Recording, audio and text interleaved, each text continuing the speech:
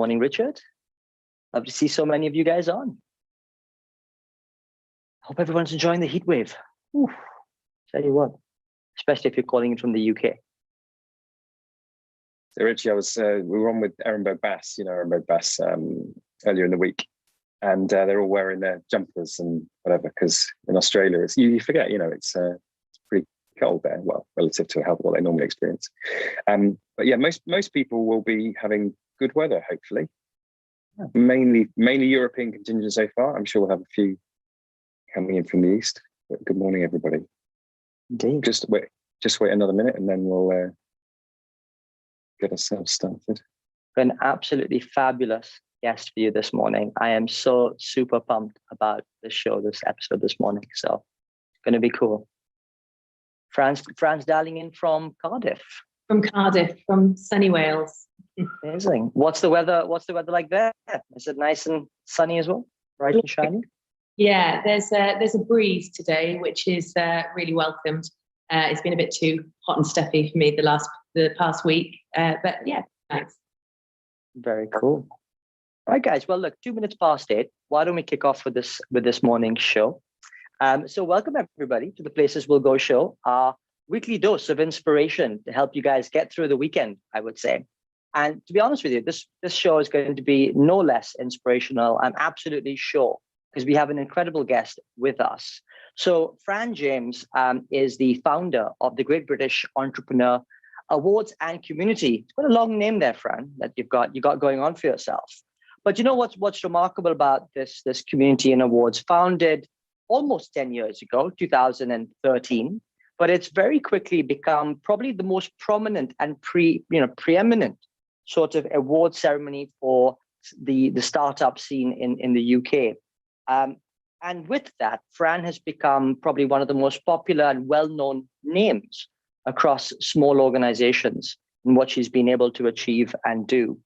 In all honesty, the awards are probably one of the most coveted award ceremonies each year that is anticipated by the community, by the startup community. And they get over 3,000 applications every year. This year was record breaking, so we got 4,865. There we go. I don't know how you sift through all of them, right? But I've got absolutely no doubt that winning an award from GBEA is an extremely prestigious thing. And what they've even had to do is divide up the awards into different regions, given the number of awards that then take place. And then they all kind of get pooled into, I'm sure, a national final as well. Beyond that, what I absolutely loved about the organization you've created, Fran, is the strapline. And I think it really sums up Fran and GBEA, which is everything we do is about supporting entrepreneurs and their endeavors.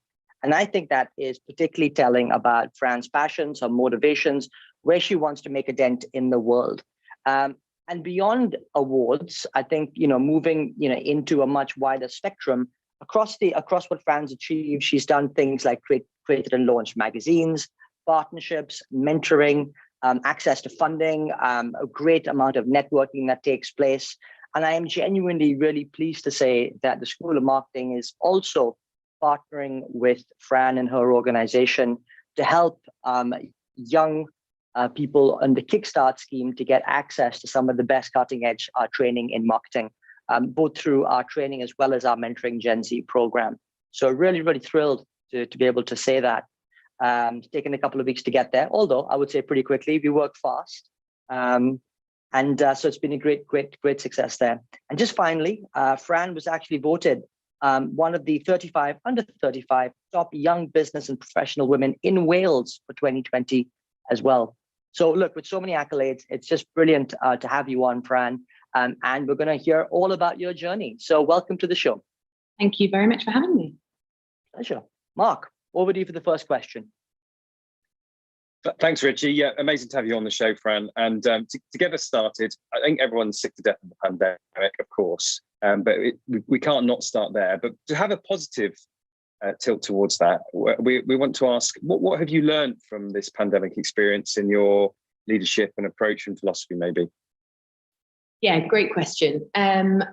So when the pandemic hit, we were probably slightly ahead of the curve than the many businesses in the UK. And the reason for that is that a couple of my colleagues had been in San Francisco the week before.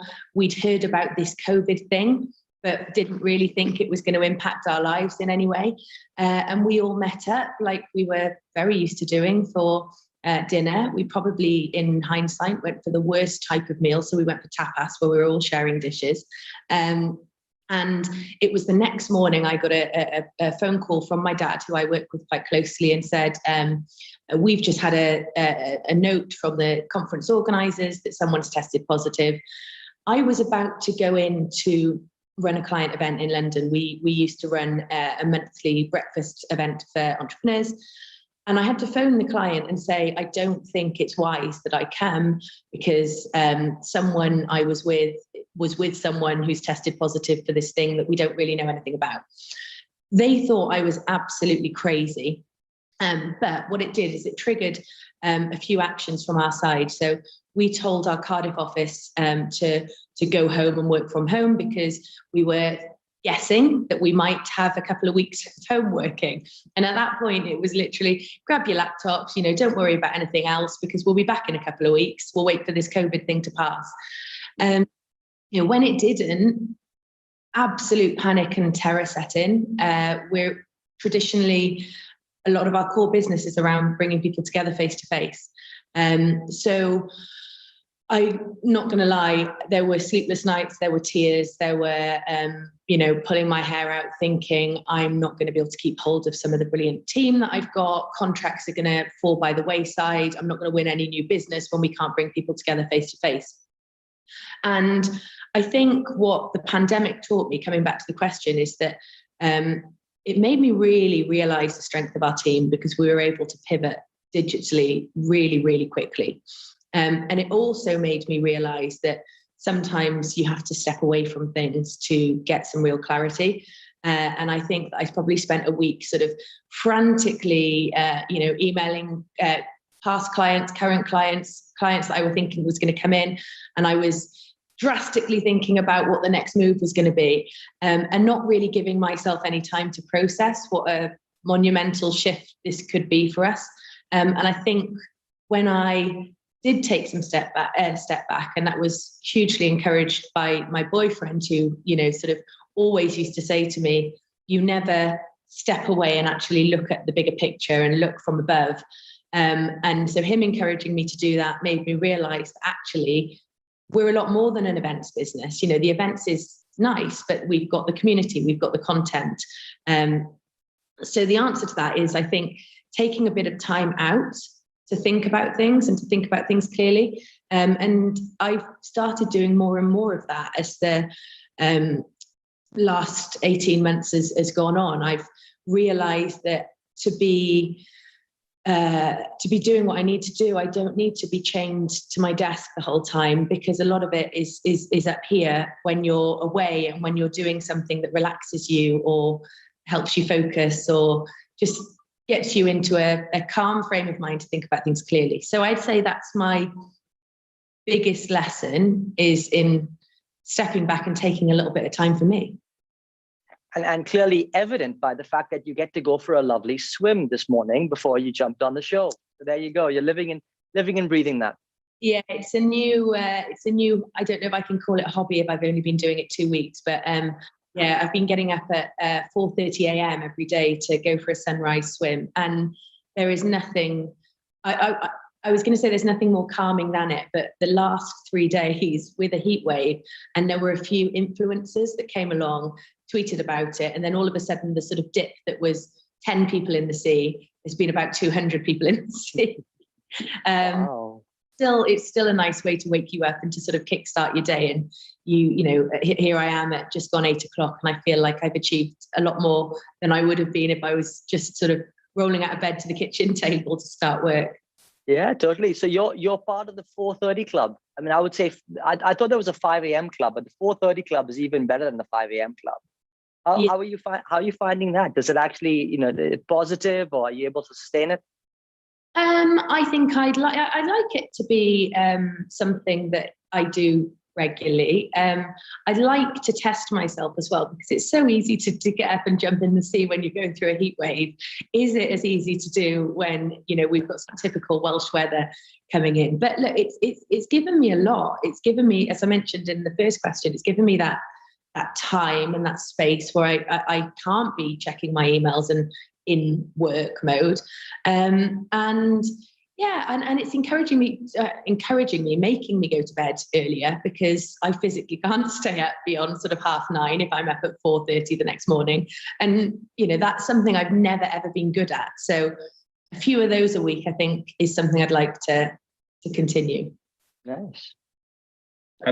So I'm more into Peloton swimming and occasional running as much as my back allows me to. And at the class the other day, the instructor said, you know, you really need motivation. When you don't have motivation, you need discipline. So what's the balance of those two things for you? Because I get the point, but, you know, obviously it's very much in the eye of the beholder. How do those two things work for you? More generally, I mean, maybe in relation to swimming, but also more generally. Well, I have a Peloton. I have to admit, I don't use it very much, so I'm not sure that I'm that well placed to answer that one. But, you know, so for me, related to work, but also taking sort of an outside example, what I've definitely learned about myself is that while I'm working towards sort of an overarching big goal all the time, you know, as we are as business owners or business leaders, I need those small incremental goals to work towards. So, for example, I'm not very sporty. I've got friends that go for runs for fun, and I don't find it fun. And I realized a few years ago I needed something to focus my mind. So I signed up to a bike ride. I didn't own a bike at the time, and I signed up to cycle from San Francisco to LA. Which was, you know, quite a challenge, climbing Big Sur. And in typical Fran fashion, as my friends now call it, I left it so late to the point that when they were asking me, you know, are you going to be okay doing this? They had genuine worry and concern on their faces. And it's because I booked to do it 18 months in advance. And I knew, and now knowing how I am, and I can definitely see this in business too, I need those sort of small milestones to be able to work towards and celebrate, and to be able to perform the best that I can. And I think that that's something I've absolutely learned about myself, because call me crazy, I've signed up to another bike ride. I've probably not been on the bike since the last one. We're going to Mallorca. They changed it because of COVID and traveling. They wanted sort of less distance to travel and not to be away for sort of a full 2 weeks. Obviously, the hills in Mallorca are terrifying. Like, I look at a photo, I've got a screenshot on my phone, and it makes me feel sick to my stomach. But that's in May next year. So I know in my head's not going to be triggered to say, Fran, you need to slowly build up to this until it's nearly too late. So I've had to put in a couple of challenges between now and then, just to keep me going. And I definitely think it's the same in business and the same in work. I need to have those sort of small milestones and goals, and to celebrate them as well, and to sort of go, look what we've achieved. So yeah, that's the long garbled answer. Not at all, Fran. And I think it's super relevant, you know, particularly on the small incremental wins and gains are absolutely essential. And I know you spend your time, you know, helping as your strapline or a bit of your passion point around, you know, your world revolves around entrepreneurs and helping them with their endeavors. But clearly, you know, as part of that, you've been able to scale up an incredible organization yourself. And I'd love just for you to talk to a little bit about the journey, maybe some of the highs and lows that have come with that process over the last, was it 9 years now or 8 years? Yeah, absolutely.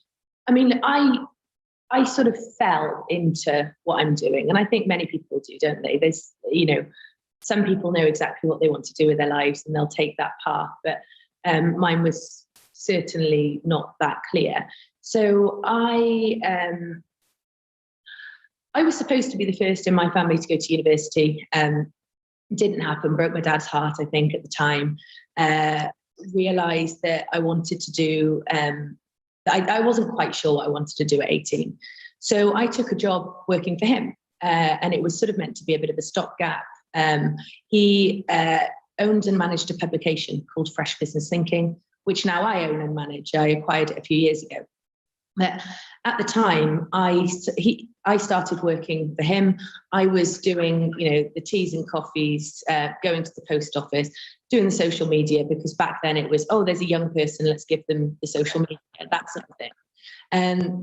And I really did get into it. I really enjoyed what I was doing, but knew that I wasn't going to. I didn't want to work for my dad for the rest of my life. So that was so there was definitely going to be something more. I actually went off and started a business. I started a content business because content became sort of the big thing in marketing, and because we were in publishing. We'd sort of been doing content before it was called content. And when we got more and more content clients, and it was typically me doing it, I said to my dad, I'm going to set up a business. You can become my first client and let's work together rather than me working for you. The only problem is when you've got your dad's business as your client, and it's family, you're going to over-service it. I was never going to be able to grow the other portion because I cared so much about what was happening on the Fresh Business Thinking side. Anyway, we came back together and we were approached a lot to become media partners for various awards programs. And there are some incredible other awards programs out there, but for whatever reason, they didn't quite work for us. We've been telling the stories of some exceptional entrepreneurs that we weren't seeing recognised on a national stage. And we decided, probably because we're quite entrepreneurial ourselves, that let's have a go at setting something up. And that was in 2012 that the idea was formed. I think our timing was really perfect because the Olympics were in town. So anything with the GB branding was sort of the moment. The entrepreneurs were definitely being hailed as like the new rock stars in government. And we had a very healthy little black book of some phenomenal entrepreneurs who now I'm fortunate enough to call many of them friends and colleagues. So we had the little black book through Fresh Business Thinking. We always say that we did the Huffington Post model before the Huffington Post. We just didn't do it anywhere near as well. We had like 200 virtual directors who would write for us once a week instead of a team of journalists. So we launched this thing. We called it the Great British Entrepreneur Awards. We stuck a website up. We had no idea if it would be 50 people at a drinks reception or 500 people at a gala final. It ended up being the latter. And then to, I guess, skip out the certainly not the boring years, but the years where it was sort of the same. It was a open for entries, let's do an award ceremony, open for entries, let's do an award ceremony. We over-serviced the awards in the sense that a lot of awards programs, and this is absolutely not taking anything away from them, but they are just that. They'll open for entries and then there'll be an event and they'll sell tables at the event and you don't hear much from them until the following year. I think being in publishing and being so inspired by the stories we were hearing, we were writing about them, we were introducing them to one another, we were running networking sessions, we were being called all the time by the sort of researchers for shows like Dragon's Den to have you got this type of character within your network? And in doing so, that's why our name, Richie, as you mentioned, got even longer, because we just sort of added the "and community" bit, because we did a lot more than it sort of said on the tin. So where we are now is, we're just going into our 10th year this year was a record-breaking year with over 4,800 applications. We've seen our judges invest in the earlier stage businesses. We've seen collaborations between brands. We've seen friendships formed, and it's just an incredible thing to witness and to see every day. It's been an incredible journey. And clearly entrepreneurship, entrepreneurialism runs pretty deep for you. right from the origins of the awards, and it sort of comes out of every pore, in fact. So I mean, it's maybe sort of a bit of a basic question, but what is entrepreneurship to you, and why do you think, why does it give you a buzz? I think entrepreneurs are always looking to improve things that maybe other people might look at and not think need to be or can be improved. They're looking for solutions to problems that we encounter in our work lives, our home lives. They're looking to disrupt the status quo. They're looking to make the world a better place in many instances. What's really inspiring is that the amount of entrepreneurs we're seeing come through the Great British Entrepreneur Awards with huge social purpose, not just as a tick box, but right at the heart and the DNA of everything that they do.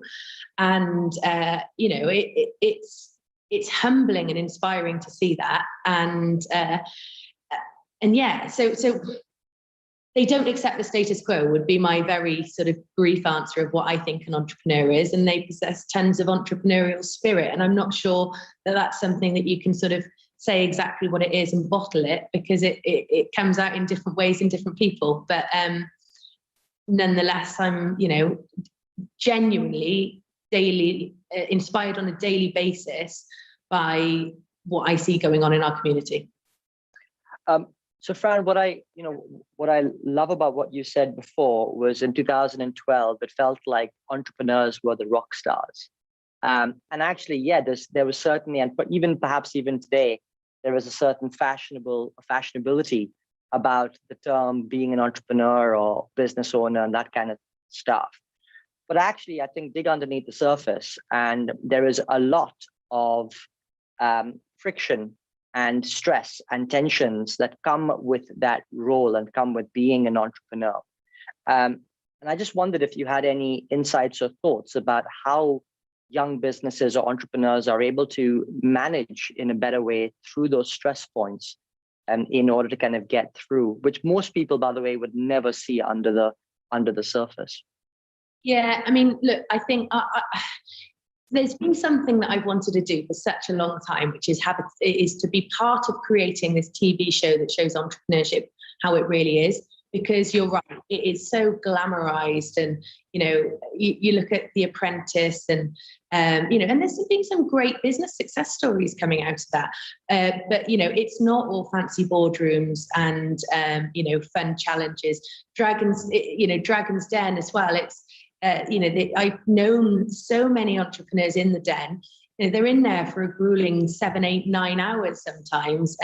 Whereas, you know, you watch TV and you think that, you know, they've rocked up into this trendy London loft. They've sort of shown their wares and walked away with a heap of cash. And obviously, they show some of the I'm out moments because it makes great TV.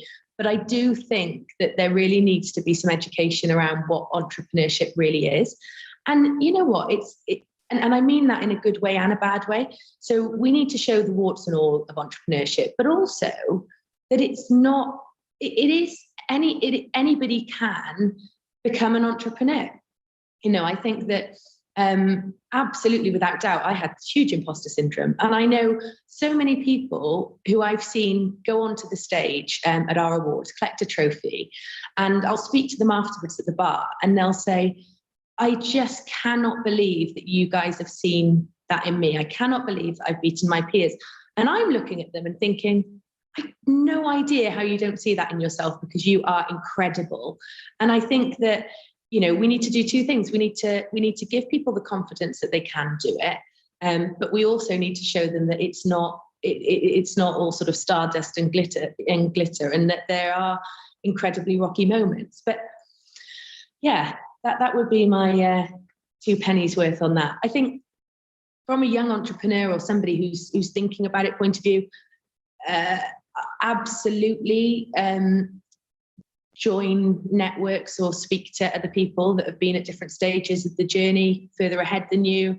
Doesn't really matter what industry, because a lot of the problems are the same. But just surround yourself with people who can answer questions that you might spend hours or days or weeks pulling your hair out about, and actually to talk to someone who's been there and got the t-shirt is often all you need, or just a reassuring, yeah, I think you're on the right path. Or equally, look, I did that and it didn't work. Why didn't you think of a different way of doing it? Absolutely. I tell you, Fran, I'd watch that TV show and I think it'd be really successful, because taking a step back, Britons love reality shows and they love to see people striving. So I think you're onto something there. So I would say go for it, and I'm sure you will. Now, within that, you mentioned imposter syndrome. I actually was talking to a friend who's a sports psychologist for West Indian cricket in the week, and he said he's never met a sports person that actually enjoys it. They're full of self-loathing and self-doubt, and they feel like they're on death row waiting to get chopped. So it's a pretty common thing. Now, this is, everyone's got their own coping mechanisms, but how have you dealt with self-doubt through your successes? I don't think it ever leaves you.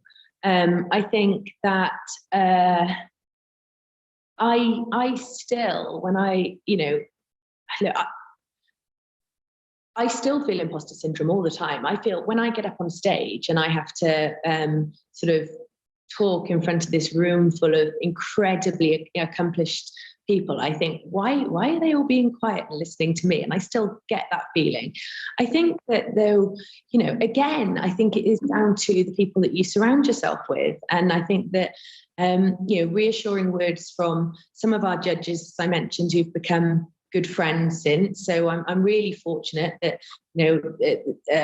good friends with Will King, who founded King of Shaves, one of my absolute business idols.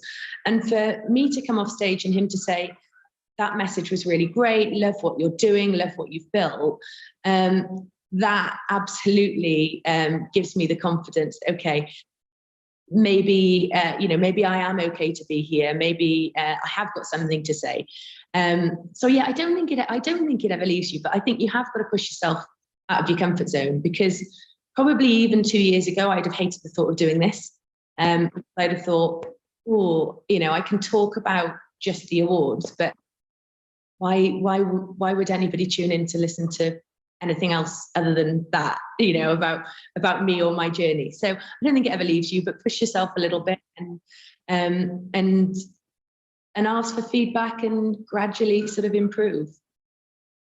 I love that thinking, Fran. And, rest assured, you've certainly become a massive influencer for a lot of businesses and business owners out there, and an inspiration as well. So I don't think you have anything to fear. But I want to come on to being a female founder.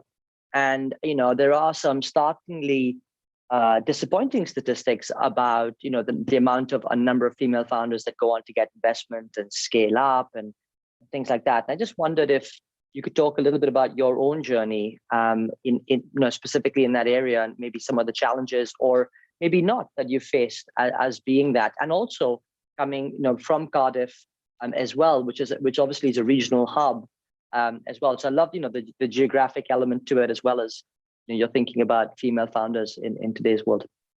Yeah, absolutely. Well, look, I mean, we've all seen the research, about female founders, about funding with female founders, about the reasons as to why that might be. Obviously,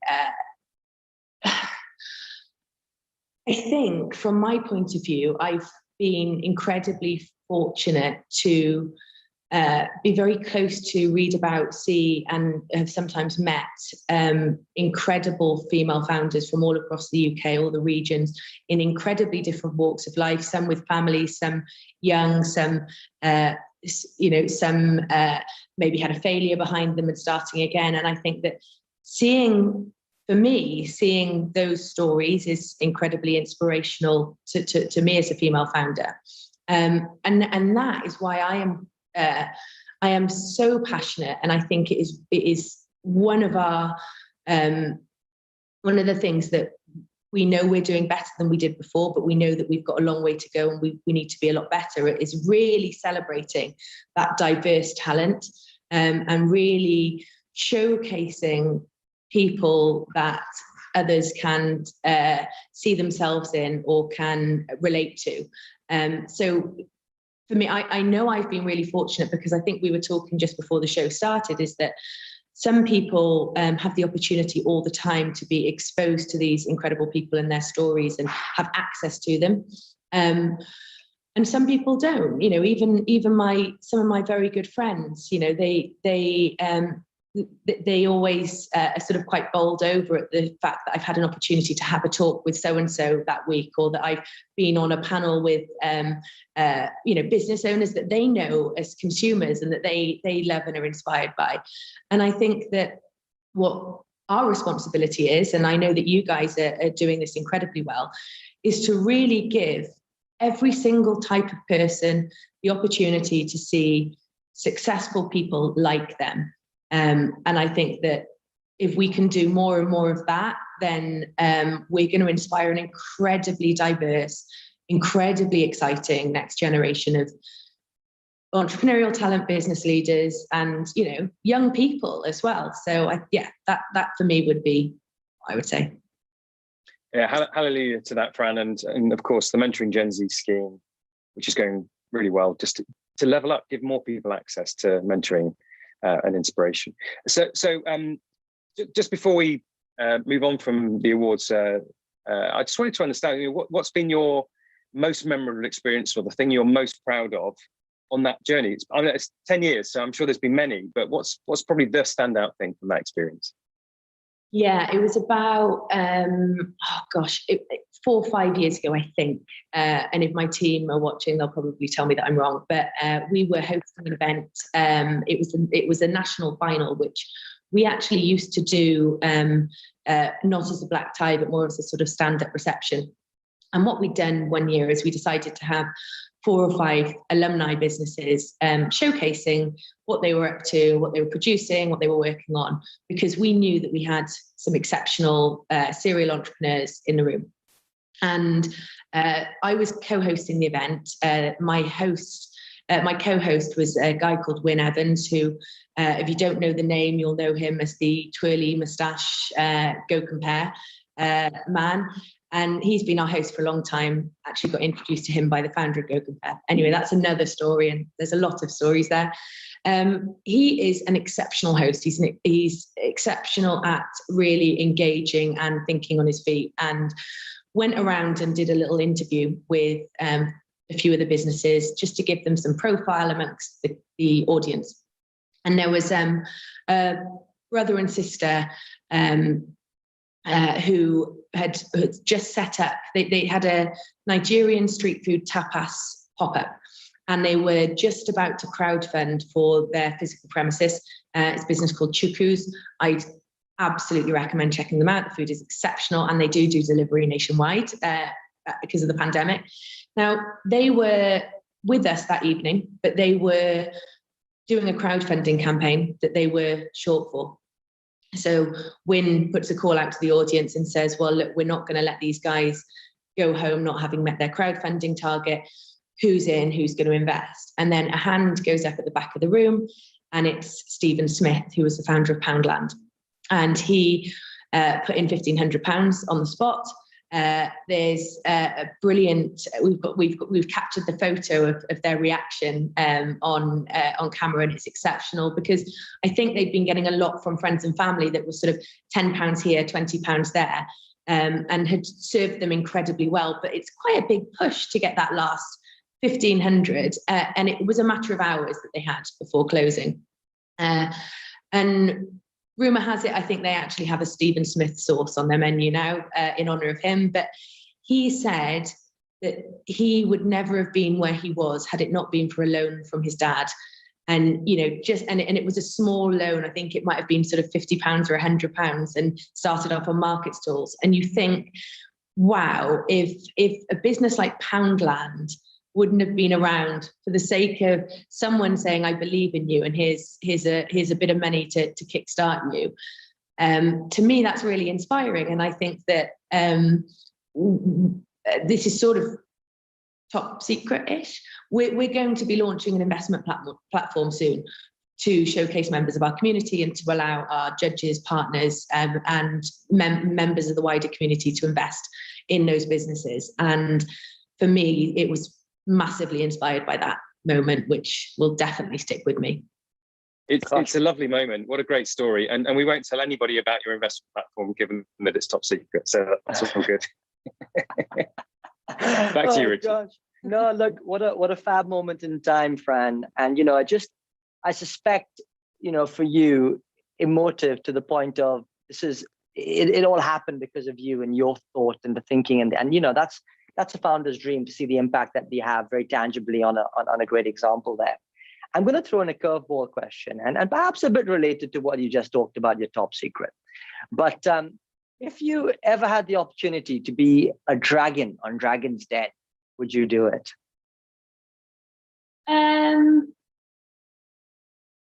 Gosh, do you know what?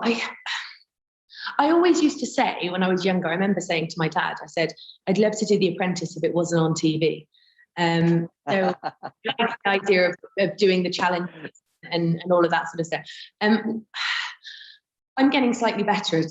The thing that would stop me is that it's on TV. I'm that sort of person. I prefer to be sort of creating the ideas and stuff. But we're really fortunate. We've got quite a lot of a number of the dragons on the Den have been involved with us. We did a webinar with Tej quite recently. Sarah Davis is one with us in 2019. Newest dragon, Steve Bartlett, one with us in 2017, picked up Young Entrepreneur of the Year. So look, I feel like I'm a part of it by sort of riding on their coattails, and I'm quite happy with that. Love that. Great answer. That is a fantastic answer.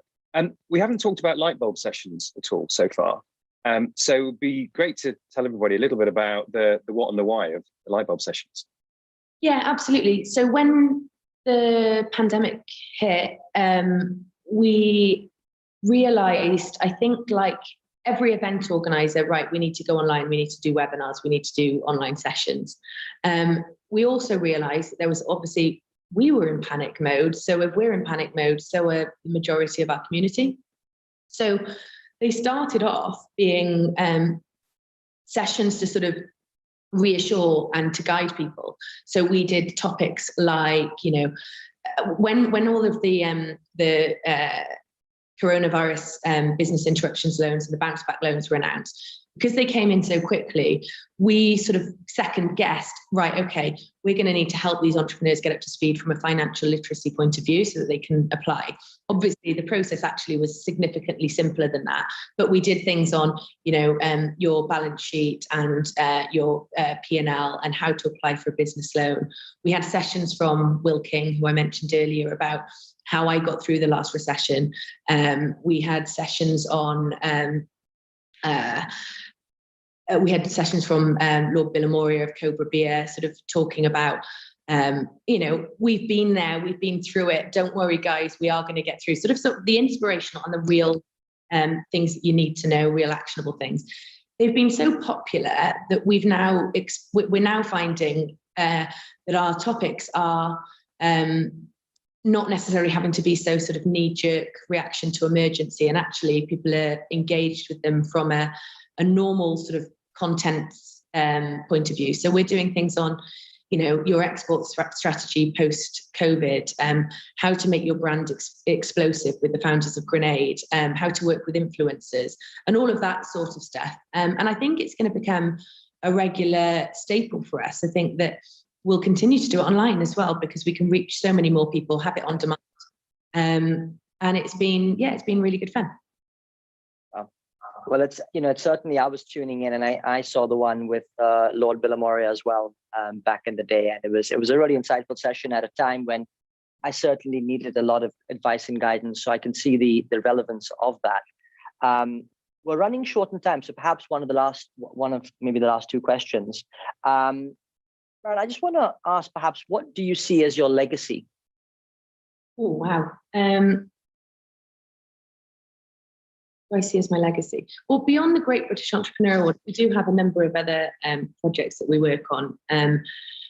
We have the Food and Drink Heroes Awards, which came from the Great British Entrepreneur Awards to does what it says on the tin. It supports food entrepreneurs, because there's some exceptional food and drink businesses in Great Britain, and they have a unique set of challenges which we can help them with by running their own program. We've got a new program we've launched called the Great British Workplace Wellbeing Awards. We've got the Great British Businesswoman series. So that's what we're doing in terms of a legacy. If I can have helped people, and I don't, if I can feel like I've had what we've done is help people to either recognize how brilliant they are, or realize their potential, or to inspire them to start something. To me, that I'd be very, very happy with that. I think that, that would be a good legacy for me. Love that. Yeah, I mean, that would be an amazing legacy. If people can achieve their full potential, then the world will be a better place. And so it's on that note that I'm going to have to unfortunately draw us to a close, because time has zipped by. But Fran, it's been an amazing discovery having you on the show, hearing your insights and thoughts. And so my job is to try and pull together some of the key themes, just to recap what I think we've heard. It's not easy, actually, because you've packed it in this session, and also packed it in your life and challenges and career. But here's what I heard, Fran. Actually, right at the beginning, you talked about stepping away to get clarity. It's so easy to get caught into being task focused. Next. It's only through perspective that I think you probably make the big breakthrough. So that was a lovely insight. You also talked about imposter syndrome and needing the right support. I'm back to my friend's observation. There's a lot of self-loathing, and apart from apparently narcissism, sociopath, so we're all in that one. But that's such a simple thought. Have the right people around you, the right support. But the big thing that I heard was, and really talks to the spirit of entrepreneurship that you touched upon, that entrepreneurs want to challenge the status quo and want to make the world a better place. And I just loved your story of Chuku's and Steve Smith putting £1,500 in to help them get their crowdfunding. And so you're helping people, you're changing lives to change the world. That's a lovely sort of synchronicity. And that last thought about basically helping people to realize potential. So I think what comes across for me is a sense of tremendous generosity in what you're trying to do in the world. So I thank you for that. And on behalf of Richie and all the people watching in and watching on playback, thank you for your generosity in this session as well. It's been great having you on. Thank you, Fran. Thank you so much. Back to you, Rich.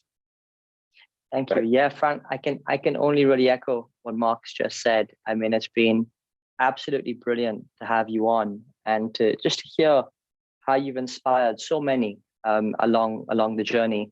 The one thing that I would say is that your voice does count, and your voice is meaningful, and your voice is relevant. And I think the thought around having that TV show where you're highlighting people's journeys and the true sort of under the skin version of entrepreneurship, I think would be a phenomenal thing to also get kicked off. And if we can help in any way to make that a reality, you just let me know. We're always at the other side of the phone for you. So thank you very much for that. Really kind. Really enjoyed it. Thank you. Pleasure. Guys, just the last thing for me to say is that next week we obviously have another guest on our show. So Lex Bradshaw Zanger is the CMO of L'Oreal, and he's going to be coming on to talk about his insights about running one of the world's largest cosmetics businesses. So that's going to be an exciting episode as well. He's also worked with the likes of McDonald's and Facebook.